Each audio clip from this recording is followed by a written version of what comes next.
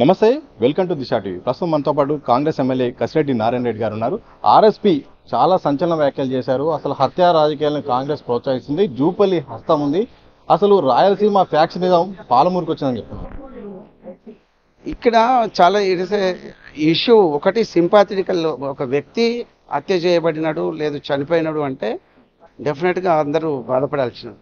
కానీ దాన్ని జూపల్లి మీద అక్కడ కాంగ్రెస్ పార్టీ మీద రుద్దడం అనేది అది కరెక్ట్ కాదు. ఆర్ఎస్ ప్రవీణ్ కుమార్ గారు అలాంటివి చాలా చూసి ఉన్నారు. వాళ్ళు ఎస్పీగా ఉన్నప్పుడు కూడా చేస్తారు. కానీ ఏదో బట్టగాల్చి మీద వేసేయాలన్నట్టుగా అక్కడ ఉన్నట్టు రాజకీయాన్ని జూపల్లి గారి మీద వేయడం అనేది ఇది పోలీస్ డిపార్ట్మెంట్. ఆయన కూడా స్వయాన పోలీసు వ్యవస్థ నడిపించారు. అయితే ఇక్కడ పోలీసు వాళ్ళు సింపుల్గా దర్యాప్తు చేసిన తర్వాత ఎవరు దొరికితే వాళ్ళ ఈవెన్ జూపల్లి అయినా కూడా ఇంకో వ్యక్తి ఎవరైనా కూడా తప్పనిసరిగా యాక్షన్ ఉంటుంది, ఇమీడియట్గా ఉంటుంది. దానికి భయభ్రాంతులకు గురి చేసే విధంగా అందరూ ఫీల్ అయ్యేటట్టుగా కల్లోల ప్రాంతంగా దీన్ని డిక్లేర్ చేయాలని అది తీసుకురావడం అనేది హాస్యాస్పదం. ఎందుకంటే అక్కడ అలాంటి సంఘటనలు ఏం జరగలేదు. మొన్న ఎలక్షన్ అంతా కూడా చాలా స్మూత్గా జరిగింది.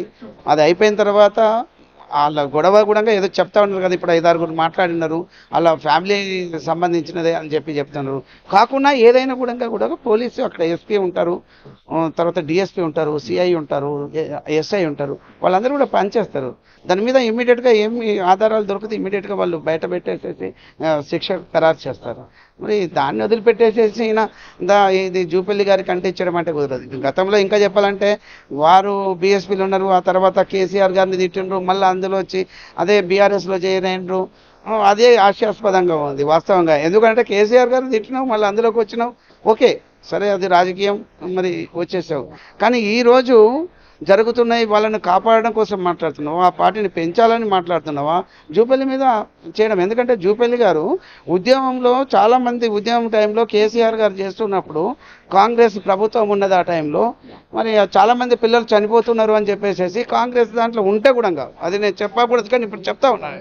ఆ రోజు నాకు తృణప్రాయంగా కాంగ్రెస్లో పార్టీలో ఉండి కూడా ఆయన మంత్రి పదవి వద్దని చెప్పేసి రాజీనామా చేసేసి నేను ఆ పిల్లలు చనిపోవద్దు అని చెప్పేసేసి ఎవరు కూడా ఉద్యమంలో పాల్గొంటున్న వాళ్ళు ఇట్లా చనిపోవద్దు, నేను కూడా కేసీఆర్ గారితో కలిసి నేను పనిచేస్తానని చెప్పేసి వచ్చి ఉద్యమంలో పాల్గొన్నటువంటి వ్యక్తి. అంటే ఆ రోజు ఒక ఊపు తీసుకొచ్చినటువంటి సందర్భం. మళ్ళీ అంటే ఒక వ్యక్తి చనిపోతే బాధపడేటువంటి వ్యక్తి, ఒక వ్యక్తి చనిపోవడానికి కారణము ప్రత్యక్షంగా ఎక్కడ కూడా ప్రత్యక్షంగా కానీ ఏ విధంగా కూడా ఆయనకు అవకాశం లేకుంటుంది. ఎందుకంటే ఆయన గుణగణాలు నేను చూసినటువంటి వ్యక్తిని దాదాపుగా 11 సంవత్సరాల నుంచి నేను చూస్తూ ఉన్నా. ఏదైనా జరిగితే ఏదైనా చిన్న సంఘటన జరిగినా బాధపడేసేసి దాని మీద రెస్పాండ్ అయ్యేటువంటి వ్యక్తి. కాబట్టి ఇప్పుడు పోలీస్ డిపార్ట్మెంట్ డెఫినెట్గా దాని మీద యాక్షన్ తీసుకుంటుంది.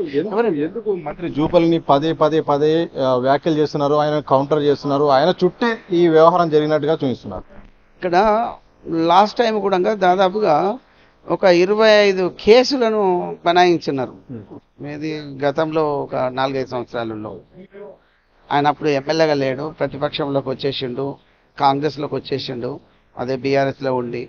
ఆ టైంలో ఆయన మీద ఏదో ఈయన బలంగా ఉన్నాడు ఆయన. కానీ అదే జూపల్లి కృష్ణారావు గారు, అదేవిధంగా పొంగులేటి శ్రీనివాసరెడ్డి గారు వాళ్ళు బాగా కొద్దిగా ఉద్యమం మాదిరిగానే అంటే ఆ పార్టీలో నుంచి వెళ్ళేసి వచ్చేసేసి మాకు అన్యాయం జరిగింది, ప్రజలకు అన్యాయం చేస్తూ ఉన్నారు, దోపిడీ జరుగుతూ ఉందని చెప్పేసి ఎప్పుడు మాట్లాడినారు. కాబట్టి ఏంటంటే ఒక స్పెషల్ ఫోకస్ ఉమ్మడి మహబూబ్నగర్ జిల్లా నుంచి ఉన్నటువంటి ఒక మంత్రిగా ఉన్నాడు కాబట్టి, ఒక పెద్ద స్థాయిలో ఉన్నాడు కాబట్టి ఆయన టార్గెట్ చేసి మాట్లాడుతున్నారని చెప్పేసి నేను భావిస్తా ఉన్నాను. శ్రీధర్ రెడ్డి హత్య విషయంలో స్వయాన సీఎం రేవంత్ రెడ్డి సొంత జిల్లా, ఆయనే హోంశాఖ కూడా ఆయన పరిధిలో ఉంది. ఎందుకు విచారణ ఆలస్యం అవుతుంది? ఇంత పెద్ద ఇష్యూ అవుతుంటే త్వరితగతిన ఎందుకు ముందుకు సాగట్లేదు? ఈ బాధ్యులు ఎవరనేది తెలుసుకున్నప్పుడే ఇమీడియట్గా ఆ రకమైన శిక్ష డిపార్ట్మెంట్ చేస్తుంది. రేవంత్ రెడ్డి గారు బాధ్యత కలిగినటువంటి వ్యక్తి, మీకు చెప్పినట్టుగా అంత చూసుకుంటున్నాడు, రాష్ట్రాన్ని చూస్తున్నాడు, అదేవిధంగా అంతే బాధ్యతతోటి ఇక్కడ కూడా చూస్తాడు, అందులో డౌట్ ఏం లేదు వారు చేస్తున్నటువంటిది. అయితే హోంశాఖ ఉంది వారితో ఏంటంటే అక్కడ పోలీస్ డిపార్ట్మెంటు యాక్టివ్గా పనిచేస్తూ ఉంది. కాకపోతే ఇవి ఇమీడియట్గా ఇట్లా జరుగుతుందని తెలిస్తే వాళ్ళు ముందు వెళ్ళడానికి ఉంటుంది. అదైతే బయటకు రాలేదు, తెలియలేదు. కాబట్టి మరి ఇప్పుడు దర్యాప్తు చేస్తూ ఉన్నారు కాబట్టి దర్యాప్తులో తేలితే ఇమీడియట్గా దాని మీద యాక్షన్ ఉంటుంది, అందులో జరుగుతుంది. ఇవాళనో రేపో తప్పనిసరిగా దోషులు ఎవరనేది తేలుతుంది. గతంలో కూడా మల్లయ్య అనే అతన్ని కూడా అలా జరిగింది. ఆయన మీద ఆరోపణలు చేశారు, జూపల్లి కృష్ణారావు గారి మీద అక్కడ ఉన్నటువంటి నాయకులు చేసినారు.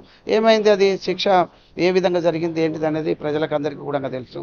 ఇది కూడా ఏ విధంగా ఉంది. ఒకవేళ ఆయన అయితే దానికి బాధ్యత అయితే దాని మీద డెఫినెట్గా యాక్షన్ ఉంటుంది. పోలీస్ డిపార్ట్మెంట్ స్వయాన మీరు చెప్తున్నట్టుగా ముఖ్యమంత్రి గారు హోమ్ కూడా చూస్తూ ఉన్నారు. కాబట్టి అందులో ఆయన ఒక డిగ్నిఫైడ్ పర్సనాలిటీ, ఒక జెంటిల్మెన్గా ఉండేటువంటి వ్యక్తి. ఆయనకు రుద్దాలని చెప్పేసి, రాజకీయం ఖరాబు చేయాలని చెప్పేసి ఈ మంత్రికి ఈ బురద రుద్దినట్లు అవుతే అది రేవంత్ రెడ్డి గారు కూడా రుద్దుతో ఆయన స్వయాన ప్రభుత్వం, ఆయన జరిపిస్తున్నటువంటి ప్రభుత్వం ఆయన జిల్లా కాబట్టి అది అవుతుందనే ఉద్దేశంతో చేస్తున్నారని భావిస్తున్నా తప్ప ఇందులో చేసినటువంటి ఆరోపణలో మరి నిజం అనేది లేకుండా మాట్లాడుతున్నారు. నిజం ఉంటే డెఫినెట్గా యాక్షన్ ఉంటుంది, పనిష్మెంట్ ఉంటుంది, ప్రజలకు న్యాయం జరుగుతుంది. చివరిగా మరోసారి చెప్పండి కసిరెడ్డి గారు, ప్రధానంగా ఈ యొక్క దర్యాప్తు విషయంలో అధికార పార్టీ చెందిన ఎవరైనా ఉంటే వాటిని బయటపెట్టే దమ్ము మీ పార్టీకి? 100%. గౌరవ ముఖ్యమంత్రి రేవంత్ రెడ్డి గారు ఒకటే చెప్తున్నారు పదే, ఎక్కడ కూడా కరప్షన్ లేకుండా మంచిగా నడిపించాలి, ప్రజాపాలన కావాలి, ప్రజలు బీద వాళ్ళకి అందులోనూ ముఖ్యంగా బెనిఫిట్ అవ్వాలి మన ప్రభుత్వం మన ద్వారా అనేది ఆయన స్వయాన చెప్తున్నటువంటి మాటలు. మేము ఎప్పుడు పోయి కలిసినా కూడా అదే మాట్లాడుతూ ఉన్నాడు. మేము కూడా దానికోసం ప్రయత్నం చేస్తున్నాం. ఒకవేళ కాంగ్రెస్లో ఎవరున్నా కూడా 100%, 200% డెఫినెట్గా పనిష్ అవుతారు. ఎవరైనా కూడా ఏ స్థాయిలో ఉన్నా కూడా పనిష్ అవుతారు. అది 100% జరుగుతుంది. కాబట్టి ఎవరు కూడా బాధపడాల్సిన అవసరం లేదు. ఈ విషయంలో బాధపడడం అంటే అయ్యో అలా జరిగింది శ్రీధర్ రెడ్డికి అనేది దాని గురించి బాధపడాలి తప్ప ఈయన జూపల్లి చేసిండ్రు కదా అని చెప్పేసి అని అంటే అది చాలా తప్పుడు ఆరోపణ. అలాంటి వ్యక్తిత్వం జూపల్లి గారికి లేదు అని చెప్పేసి నేను భావిస్తాను. ఇది కాంగ్రెస్ ఎమ్మెల్యే కసిరెడ్డి నారాయణ రెడ్డి గారు ప్రధాని చెప్పింది. సో జూపల్లి స్థాయిని తగ్గించడానికి అనవసరంగా ఇరికిస్తున్నారు తప్ప శ్రీధర్ రెడ్డి హత్య విషయంలో మాత్రం మంత్రికి ఎలాంటి సంబంధం లేదు. అలాగే ప్రభుత్వం అలాగే పోలీస్ శాఖ కూడా దర్యాప్తు చేస్తుంది. ఎట్టి పరిస్థితుల్లో ఎవరైనా దోషులుంటే ఆధారాలు బయటపడితే మాత్రం తప్పకుండా వారిపై శిక్ష అయితే విధిస్తుంది తప్ప ఎలాంటి రాజకీయ జోక్యం మాత్రం లేదని కూడా కసిరెడ్డి గారు స్పష్టం చేసిన సందర్భం మాత్రం కనిపిస్తోంది. కనిపిస్తున్న మసవంతో సతీ దిశ టీవీ గాంధీబాగ్.